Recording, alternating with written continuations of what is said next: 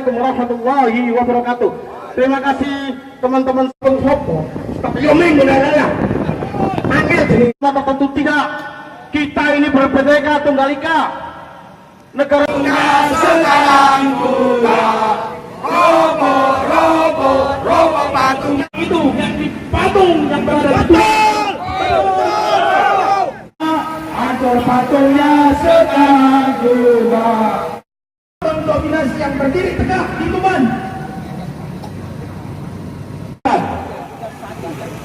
Adanya patung jenderal negeri asing yang bercokol di Tuban adalah bentuk pengkhianatan terhadap bangsa kita. Yang berdiri tegak di Tuban.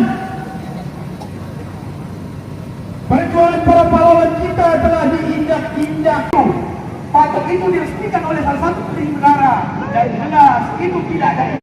Guru bangsa kami ini mengajarkan kita toleran beragama, tapi mereka sendiri yang tidak toleran kepada kami. Mereka harus menghormati Bhinneka Tunggal Ika yang ada di Indonesia. Ternyata mereka tidak berbhinneka tunggal ika. Indonesia, NKRI adalah harga mati. Pancasila adalah ideologi.